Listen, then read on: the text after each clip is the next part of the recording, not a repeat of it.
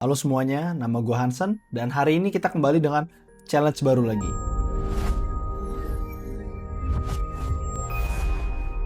Setelah CEO roomnya kemarin, hari ini gue dapet challenge baru yang bener-bener beda secara karakternya. Sebenarnya kali ini bukan challenge, tapi memang request klien yang sangat unik dan gue udah izin untuk dijadiin konten. Iya betul, kali ini gue di-request untuk membuat private bar. Briefnya sangat simple, bar ini harus berasa eksklusif, hangat, dan terasa seperti lounge-lounge pada hotel. Dan ada satu request unik, klien kita kali ini sangat suka main biliar. Mari kita lihat ruangannya. Awalnya ruangan ini cuma ruangan kosong. Full kaca di kiri dan di kanan. Potensinya besar, tapi sangat berbahaya. Karena kalau di treatment dengan salah, ruangan ini bisa terasa dingin, echoing, dan gak berasa intimate. Tugas pertama gue itu bukan di furniture, tapi kita mulai zoning per areanya dulu. Jadi area dalam ruangan ini akan gue bagi dengan 3 zone. Yang pertama itu ada bar zone, di mana tempat memesan minuman, buat duduk-duduk santai. Yang kedua itu ada activity zone. Activity zone ini di mana akan melakukan hobi-hobinya. Dalam kasus ini, itu adalah meja biliar dan untuk beraktivitas bermain biliar, dan ada lounge zone atau di sini adalah untuk private discussion, untuk ngobrol-ngobrol santai, duduk-duduk sambil diskusi atau sambil ya ngobrol-ngobrol aja dengan teman-teman. Gue masukin sheer curtain, jadi siang bisa tetap terang dan malam bisa terlihat lebih private. Lalu gue ubah lantainya. Marble high gloss tetap dipertahankan untuk refleksi mewah, tapi gue masukin aksen hitam di tengah sebagai aksisnya. Garis hitam ini bukan cuma untuk dekorasi, ini sumbu visual yang nanti akan mengikat seluruh komposisi ruang. Setelah lantai udah punya arah, gue lanjut bangun identitas mulai dari belakang. Gue bentuk backdrop dengan arc besar, karena lengkung selalu terasa lebih human daripada sudut-sudut tajam. Arc ini nanti akan menjadi frame dari seluruh ruangannya. Rak display juga gue buat bertingkat dengan backlight warm, bukan warna putih biasa. Dan di sini kita taruh pajangan botol-botol, karena di sini bukan cuma pajangan biasa, mereka menjadi bagian dari ambience ruangannya. Lighting yang warm ini membuat liquid kelihatannya hidup, jadi ruangan itu terlihat seperti memiliki kedalaman atau memiliki depth. Sekarang kita masuk ke elemen favorit gue, yaitu plafon.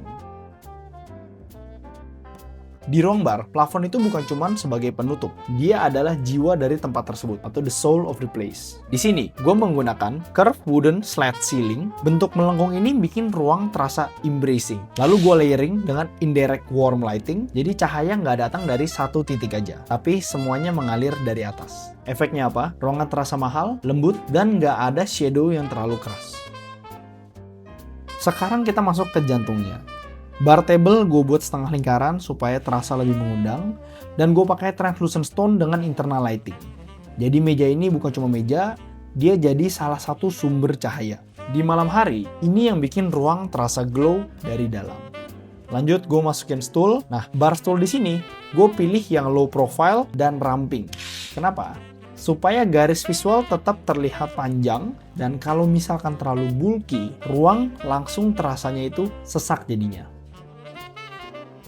Lanjut, gue masukin the overall lighting dari tempat ini. Di tahap ini, gue pilih full spotlight, gak boleh menggunakan downlight. Kenapa? Karena dengan spotlight seperti ini, terlihat lebih terarah, dan bikin bayangan itu terlihat lebih dramatis. Kadang yang membuat ruangan itu mahal, bukan banyak opsi warna, tetapi konsistensi dalam mood yang sudah dipilih. Setelah overallnya sudah jadi, sekarang kita masuk ke zoning area.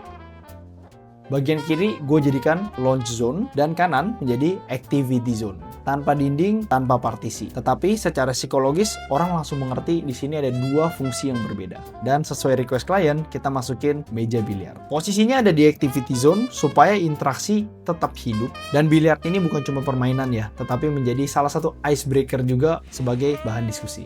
Dan di sisi lain, gue bikin private discussion lounge. Sofa rendah, coffee table tipis, dan tone yang netral.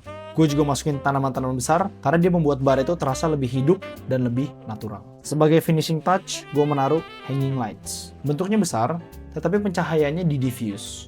Cahaya jatuhnya ke bawah, jadi bisa fokus ke orang, ke activity, dan yang paling penting, ke interaksinya. Dan ini dia final look-nya. Dan karena kita semua tahu bar itu hidupnya di malam hari, kita coba bikin look ketika lagi malam. Nah, Begitu matahari turun, semua layer lighting itu mulai bekerja. Refleksi di marble, glow dari translucent stone, dan warm tone dari ceilingnya. Ruangan ini bukan cuma jadi kelihatan mewah, tapi terasa tenang, aman, dan pastinya very exclusive. Dan itu dia private bar versi gua.